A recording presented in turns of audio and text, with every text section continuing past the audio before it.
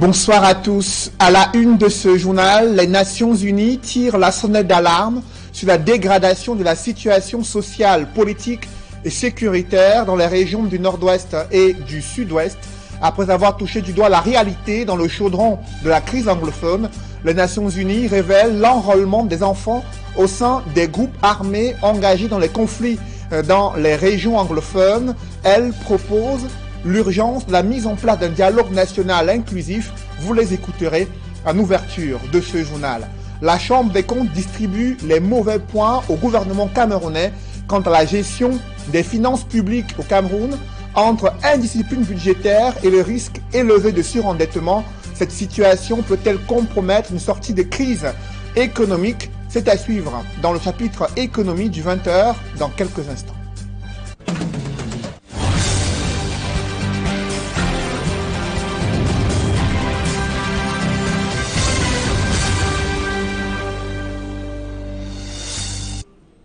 Merci de suivre cette édition complète de l'information sur Equinox Télévision. Les Nations Unies déplorent la dégradation de la situation sécuritaire dans les régions anglophones. Après avoir touché du doigt la réalité dans le chaudron de la crise anglophone, les responsables de plusieurs organismes des Nations Unies installés au Cameroun ont fait le point sur la situation humanitaire et ces responsables révèlent l'enrôlement des enfants au sein des groupes armés engagés dans les affrontements entre ces groupes et les forces de sécurité et de défense sur le théâtre de la crise anglophone. On fait le point avec Farel Bounia et Sylvestre Hippolyte Zangaou. Ils représentent plusieurs organismes du système des Nations Unies au Cameroun. C'est ensemble qu'ils sont allés dans les régions anglophones pour faire le point sur la crise qui les domine depuis 2 ans. Pour Modibo Traoré, le chef du bureau de la coordination des affaires humanitaires de l'ONU au Cameroun, la situation est de plus en plus grave. Mais la situation dans les zones anglophones est assez préoccupante. Je pense que tout le monde s'accorde à le dire. C'est assez regrettable que nous soyons arrivés pour une zone qui était un havre de paix, une zone de production agricole à la situation que nous connaissons aujourd'hui. Actuellement, nous avons un nombre assez important de personnes déplacées à l'intérieur de ces zones, même au-delà de ces régions. Nous avons des gens qui sont déplacés même au Nigeria. La situation au niveau de l'éducation est malheureusement assez dramatique. Les enfants ne vont pas à l'école depuis pratiquement 2 ans. La situation au niveau de la santé est extrêmement difficile également. Pas mal de centres de santé et des hôpitaux sont fermés dans la zone. Les services publics sont absents d'une majeure partie de ces 2 régions à cause de la situation sécuritaire qui prévaut. Les Nations Unies s'inquiètent également de la montée en puissance du phénomène d'enfants soldats enrôlés par des groupes séparatistes. La place des enfants n'est pas au sein des groupes armés. La place des enfants, c'est au sein des familles, c'est à l'école.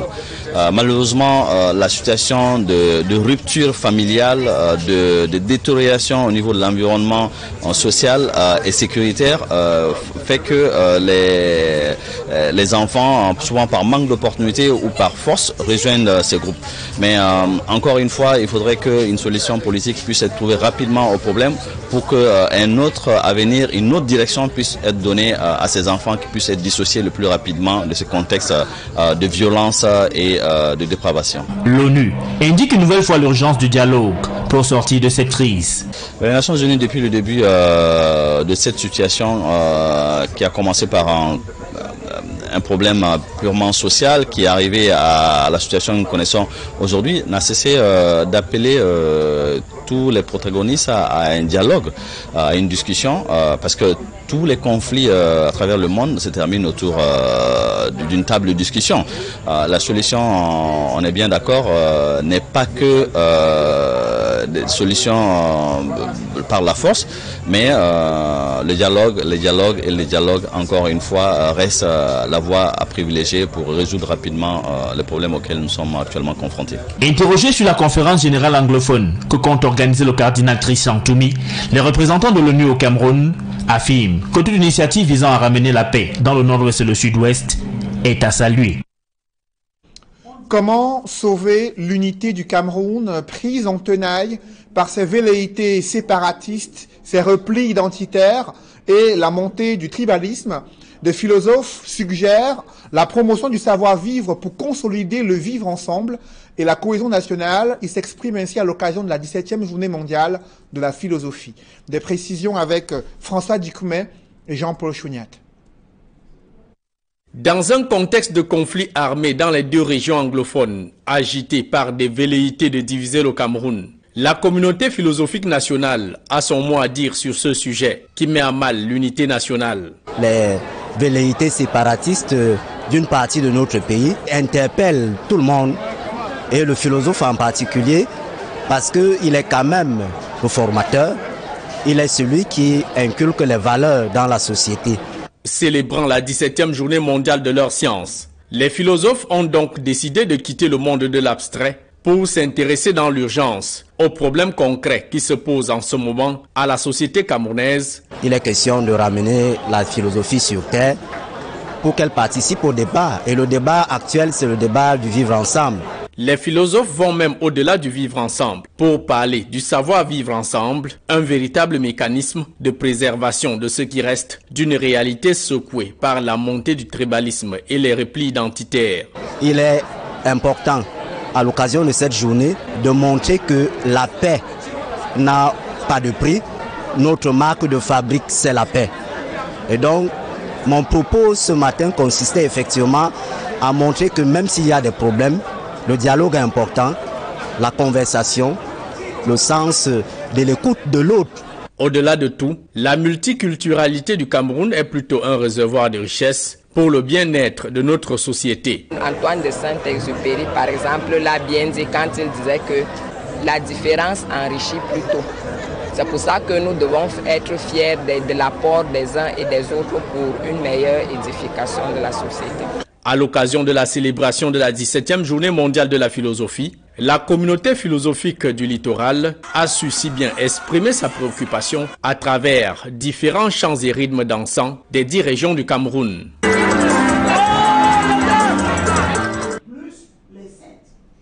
Dans le reste de l'actualité, la Chambre des comptes qui tire, elle aussi, la sonnette d'alarme sur la gestion des finances publiques au Cameroun.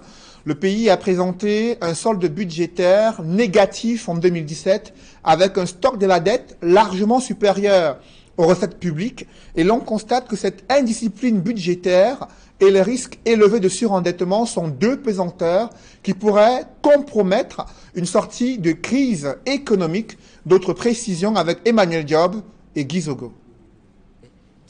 Au sortir de son passage devant la commission des finances et du budget de l'Assemblée nationale, lors de la discussion sur la loi des règlements 2017, le ministre des Finances ne croyait pas si bien dire que la Chambre des comptes a désormais un droit de regard sur l'exécution du budget. De fait, cette institution vient de rendre son rapport sur l'exécution du budget 2017 et il en ressort des données négatives dans la tenue des finances publiques au Cameroun. Selon la Chambre des comptes, l'année 2017 s'est achevée avec un solde budgétaire négatif de moins 333 milliards de francs CFA, issu, d'après les observations de la Chambre des comptes, du fait que l'État s'endette pour assurer son service de la dette. Et justement, au sujet de la dette, le gendarme des finances publiques tire la sonnette d'alarme en soulignant que le stock de la dette n'a cessé d'augmenter. Il est passé de 6 203 milliards de francs CFA contre 3 131 milliards de francs CFA. Une situation préoccupante qui se fait ressentir jusqu'au niveau des agences de notation, dont Moody's par exemple, pour qui le risque d'endettement du Cameroun est passé de modéré à élevé. Pourtant, observe la Chambre des comptes, cette frénésie à l'endettement n'est pas près de s'estomper, avec notamment le programme économique financier conclu par le Cameroun auprès du FMI, lequel doit doter Yaoundé de près de 400 milliards de francs CFA. De plus, la Chambre des comptes pointe le recours aux soldes engagés non décaissés, des emprunts obtenus mais non consommés, mais pour lesquels l'État du Cameroun paye des intérêts. À ce jour, il s'élève à 4 491 milliards de francs CFA.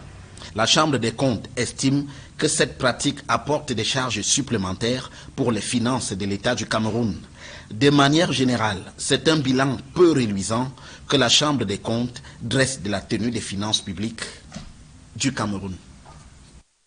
Toujours dans ce chapitre économie, où est passée la banque agricole dont les financements devaient être destinés aux agriculteurs? 7 ans après la promesse présidentielle, le projet n'est pas toujours sorti de terre. Le gouvernement s'appuie sur la coopération allemande pour soutenir financièrement les exploitations agricoles, mais aussi les entreprises agro-industrielles en milieu rural. Reportage Joël Essengue et Ike Cyril. Comment financer l'agriculture au Cameroun? La question intéresse la coopération allemande.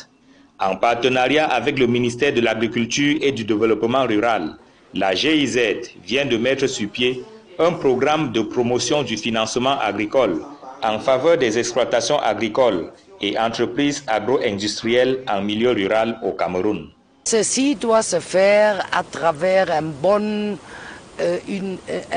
modèle d'affaires, ça veut dire une innovation dans laquelle il va investir.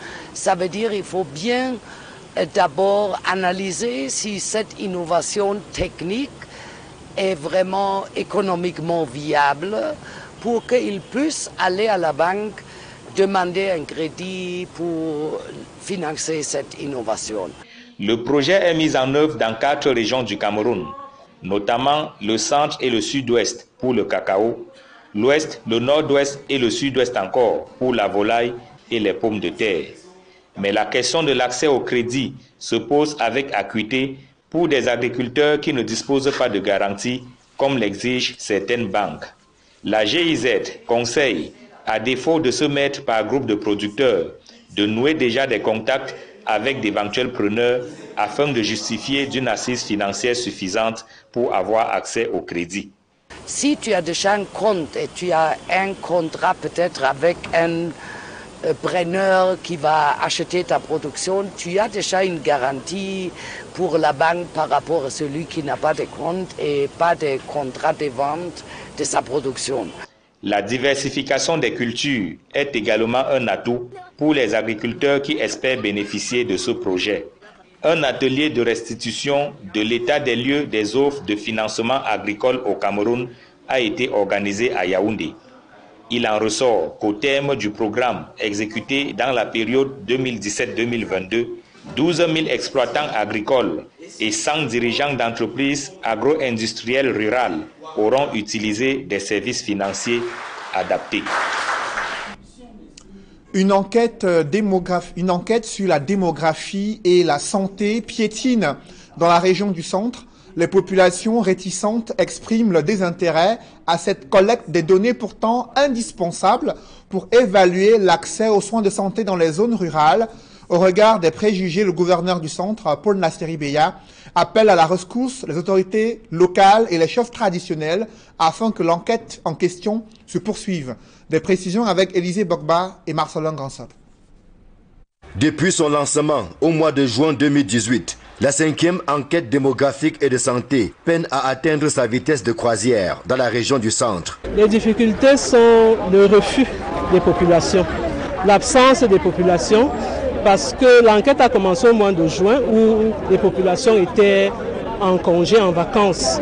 Donc maintenant, nous voulons prendre ces populations qui n'ont pas été enquêtées en début d'enquête. Nous rencontrons aussi le problème du prélèvement du sang, où les populations sont réticentes à cause de certaines croyances. C'est donc pour faire bouger les lignes que les autorités administratives, traditionnelles, ainsi que les élus locaux ont été appelés à la rescousse. Il nous reste, je dirais, quelques jours. Nous espérons que, avec votre accompagnement, cette activité pourra atteindre les résultats escomptés.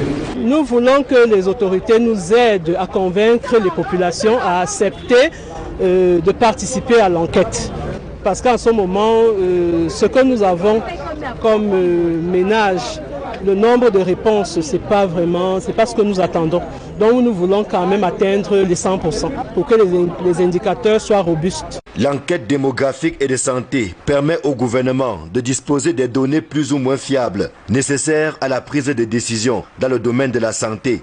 D'où la nécessité pour chacun des maillons de la chaîne de bien jouer sa partition afin que les résultats de cette 5e enquête soient atteints. Nous recherchons des informations sur le paludisme, sur la santé de la mère, sur la santé des enfants.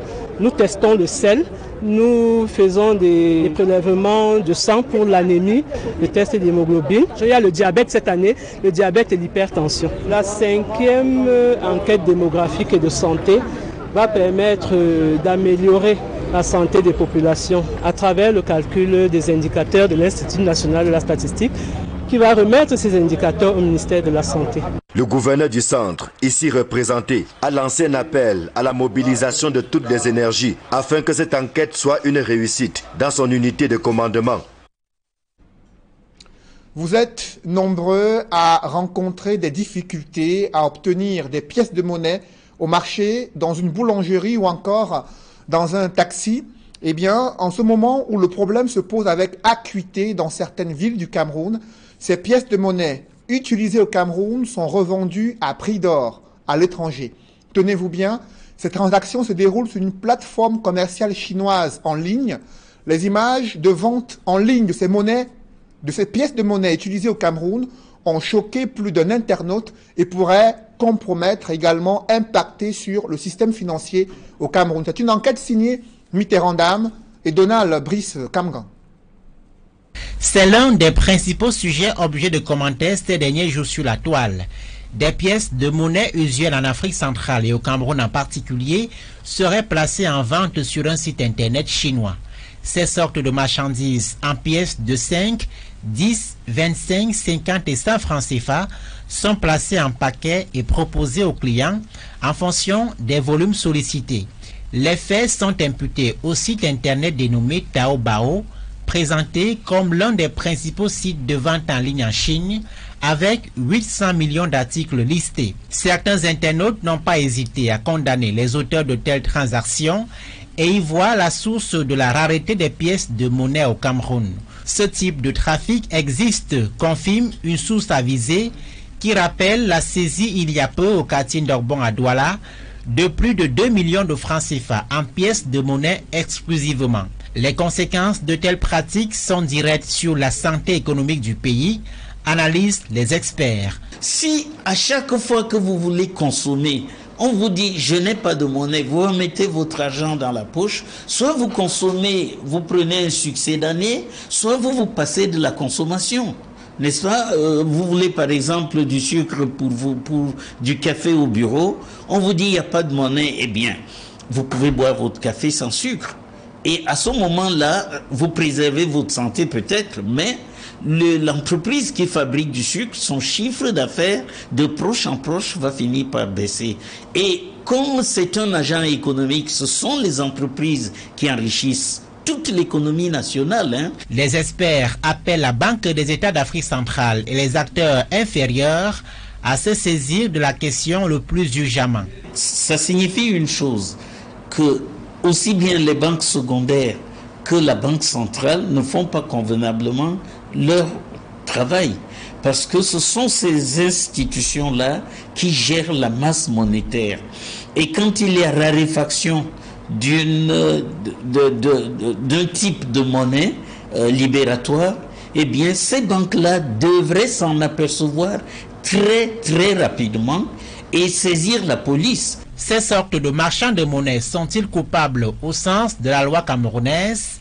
Tout dépend de l'usage qui est fait de la monnaie exportée ou vendue, car le code pénal camerounais condamne à vie ou à 20 ans de prison en son article 211 dans les cas d'altération et de contrefaçon de la monnaie exclusivement. Tant que les pièces n'ont pas été altérées, il n'y a pas d'infraction. Si les pièces sont altérées, c'est à ce moment qu'on fait application disposition de l'article 211 du code pénal. Voilà. Et comme vous avez voulu en savoir davantage, s'il y a des complices ou des auteurs qui se trouvent même hors du territoire camerounais, la loi permet de les rattraper. Si se retrouvent hors du territoire camerounais avec des accords, si le Cameroun a des accords de coopération avec ces pays-là, ces individus peuvent être extradés pour être jugés ici ou jugés dans les pays si l'altération de monnaie constitue une infraction dans les pays. Pour l'heure, les institutions financières et des régulations de la sous-région CEMAC n'ont ni confirmé ni infirmé la vente en ligne des pièces de monnaie de la zone. Le journaliste Michel Bientan, qui a été placé sous mandat de dépôt à la prison centrale de Yaoundé par le substitut du commissaire du gouvernement, il est accusé d'apologie du terrorisme, déclaration mensongère, outrage au chef de l'État. Ses confrères, acteurs de la société civile, se mobilisent pour demander sa libération et le soutenir lors du procès qui s'ouvre le 5 décembre 2018. Parlons à présent de ces deux séminaristes nigérians disparus il y a quelques jours dans les eaux du petit barrage de retenue du côté de Mokolo, à l'extrême nord du Cameroun. Le récit des faits avec Amadou Daïrou et Isabelle Carole Zoupet. Portés disparus durant 3 jours, les corps sans vie des deux séminaristes nigériens, Jean-Bruno Watuku et Stanley Ongeme, ont été retrouvés dans le petit barrage de retenue d'eau de Mokolo après un travail minutieux mené par les sapeurs-pompiers. Nous sommes dans le département du Mayo-Tanaga, région de l'extrême nord. Les frères ont crié à l'aide. J'étais de l'autre côté en train de faire le tour. Quand je suis monté voir ce qui s'est passé, j'ai trouvé les tout premiers qui étaient d'abord là, dans l'eau. Moi, je croyais que c'est quelqu'un qui ne savait pas nager. Et tout de suite, au moment où je voulais m'apprêter pour plonger, c'est comme ça que le deuxième également a plongé. Et quand le deuxième a plongé, plus de mouvement, ça ne ressemblait pas à un noyade ordinaire que tout le monde connaît. Alors, le troisième voulait entrer pour secourir. Tu sais pourquoi si tu ne vois pas ce que tu dois retirer de l'eau. Et c'est comme ça que j'ai maintenu les groupes. Parce qu'ils étaient en groupe, je leur ai demandé de se retirer un peu, de se mettre à l'écart et de faire appel à l'air supérieur. La douleur est profonde pour les habitants de cette localité, particulièrement pour les hommes de Dieu et les fidèles de la paroisse de Tada, surtout que des cas de noyade sont régulièrement enregistrés ici. Ça c'est vraiment quelque chose qui touche ces misérables, non? En tout cas, ça touche la paroisse, ça touche le diocèse et l'église entière. Bon, avec l'eau là, c'est plusieurs fois, parce que ça prend toujours du personnel. Chaque année, s'il faut dire même chaque année. Ces deux séminaristes séjournaient à la paroisse de Tada dans le cadre de leur formation à devenir prêtres. Une formation qui n'arrivera malheureusement pas à son terme parce qu'ils ont été arrachés précocement à la vie. Encore une dotation de véhicules pour les autorités administratives. Le ministre chargé de l'administration territoriale, Paul Atangandi, explique l'intérêt d'une telle dotation sous le prisme de faciliter la mobilité des autorités administratives afin qu'elles puissent mener à bien leur mission. Des précisions avec Guy Zogo.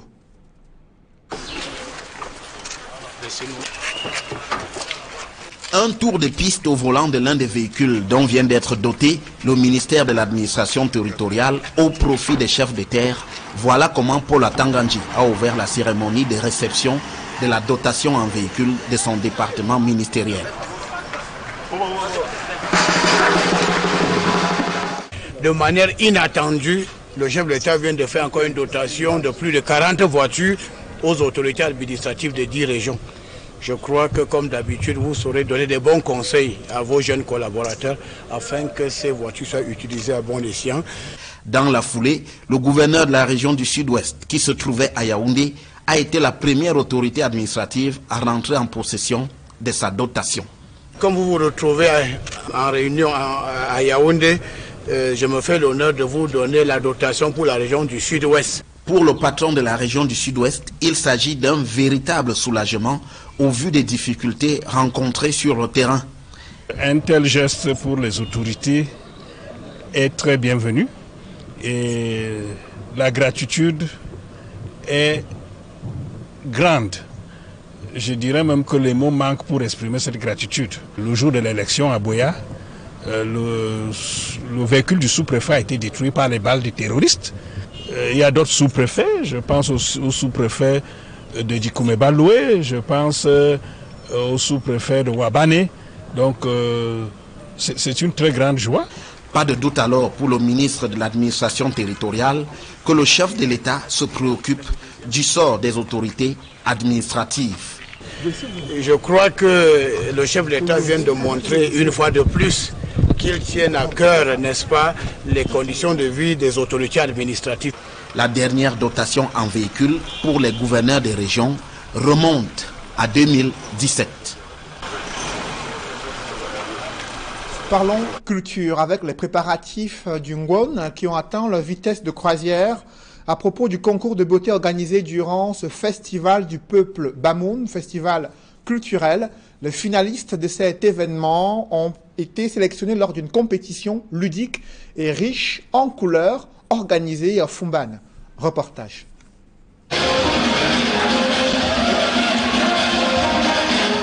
C'était les 16 attendus pour compléter la shortlist finale de l'élection Miss Ngwon 2018. À Fumban, elles étaient 59 candidates venues à la fois de Yaoundé et du chef-lieu du département du Noun pour le casting jumelé.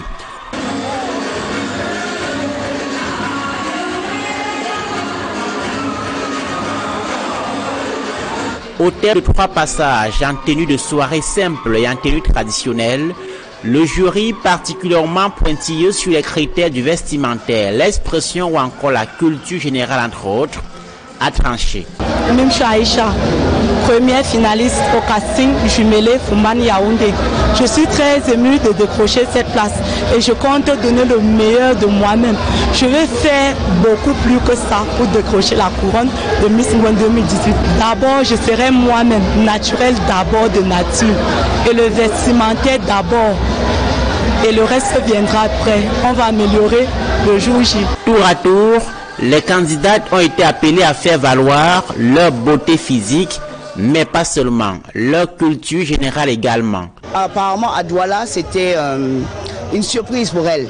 Donc, elles ne s'étaient pas assez préparées dans leur tête. Et là, elles ont préparé dans leur tête. Elles ont dit, cette fois-ci, nous, on va gagner. Toutes les filles étaient décidées. On avait plus d'une 50aine de candidates et chacune voulait gagner. Donc, chacune s'est préparée en question de culture générale et à tous les niveaux. Et nous étions très surpris, hein, parce qu'il y avait des questions, on se disait, waouh, c'est difficile, comment elle va faire? Ben, elles s'en sont sorties et on est très fiers. Ce casting a été d'un succès formidable. Moi, en ma qualité de coordonnateur national, je me réjouis que le Ngwon commence dans de bons auspices et que nous osons croire qu'avec le succès qu'on a eu aujourd'hui, toutes les autres programmations auront les mêmes succès. Les 16 retenus à Fumban s'ajoutent aux 8 présélectionnés à Douala pour un total de 24 finalistes. Au-delà de l'élection Miss Ngwon, la ville de Fumban et le département du Noun en général créent ainsi un attrait particulier à travers l'exposition de son riche potentiel culturel. Toute la gratitude de l'autorité administrative de monsieur le préfet du département du Noun que je représente pour la circonstance, parce qu'étant empêché, à l'équipe technique qui a donné le meilleur d'elle-même pour organiser cet événement qui, une fois de plus, tire non seulement la ville de Fumban, mais tout le département du Noun vers le haut pour en faire, dans un angle nouveau, une cité touristique, un lieu de foisonnement et du rayonnement de la culture Bamoun. Des 24 perles finalistes du concours Miss Ngwon 2018, sortira une seule couronnée le 6 décembre prochain lors du 547e festival culturel du peuple Bamoun. Une note à l'étranger avant un public reportage. Alors que le président gabonais demeure hospitalisé en Arabie Saoudite, la vie politique prend une autre tournure dans ce pays d'Afrique centrale. La Cour constitutionnelle a désigné le vice-président gabonais pour diriger le Conseil des ministres et gérer les dossiers urgents en attendant le retour d'Ali Bongo à Libreville. Le public reportage avec la Microfinance Community Credit Company, agence de Bonakwaman, qui a réouvert ses portes après l'incendie que cette agence a connu il y a près de 2 mois. Non seulement elle propose à sa clientèle des produits et services bancaires de qualité, mais aussi elle a mis un accent particulier sur l'aspect sécuritaire afin de réduire les risques d'incendie. Reportage. La Community Credit Company PLC, agence de Bonakwaman 6 au boulevard de la République à Douala, a repris du service dans un bâtiment flambant neuf après l'incendie qu'il a ravagé le 29 septembre dernier. Pour regagner la confiance de sa clientèle déjà nombreuse, la direction a pensé à quelques innovations sur le plan sécuritaire. On avait connu un petit feu et les dirigeants de la CCC, ils ont pris les mesures très rapidement pour nous faire sortir de cette situation. Donc, mais pour les mesures de sécurité, comme vous voyez, il y a les détecteurs de feu, il y a les caméras partout, il y a la sécurité, il y a des mesures d'urgence qu'on a pris même avec les forces de sécurité, les sapeurs et les consorts. Donc on a des contrats, même l'assurance. On a toutes ces mesures qu'on a déjà prises pour éviter certaines choses. Elle a pensé à donner des assurances à sa clientèle pour ces réouvertures, dans la continuité de ce qu'elle a toujours su faire. À la Community Credit Company, nous avons des services variés et des produits variés aussi. Nous faisons dans toutes les opérations de banque, mais de banque adaptées à la microfinance, aux petites et moyennes entreprises. Nous avons les comptes d'épargne, les comptes courants, les comptes adaptés aux dépôts à terme. Nous avons des partenaires aussi, Western Union, nous faisons dans Mobile Money aussi. Et nous avons tout ce que le petit commerçant aura besoin pour la satisfaction de ses besoins financiers. Des mesures sécuritaires et une qualité de produits et de services qui satisfont les clients. Vous-même voyez comment les bâtiments sont très beaux et le service est viable. Donc moi je trouve que l'environnement est très environnant et puis en fait le service aussi est très sain, et le personnel aussi très accueillant et le bâtiment est très joli. Je trouve tout ça satisfaisant. Sans compter son manager qui est ici, qui est un homme de pointe et qui ne traîne pas des gens dans son bureau et puis on est servi, tant qu'on vient on ne traîne pas. Et cela me satisfait. Et satisfait le client que je suis.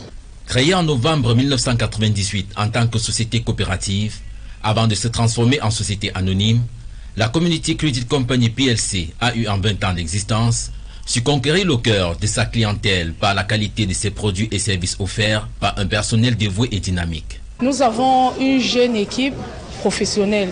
Nous avons des produits adaptés au microcrédit, comme le financement des petits commerçants, les financements des bons de commande des entreprises.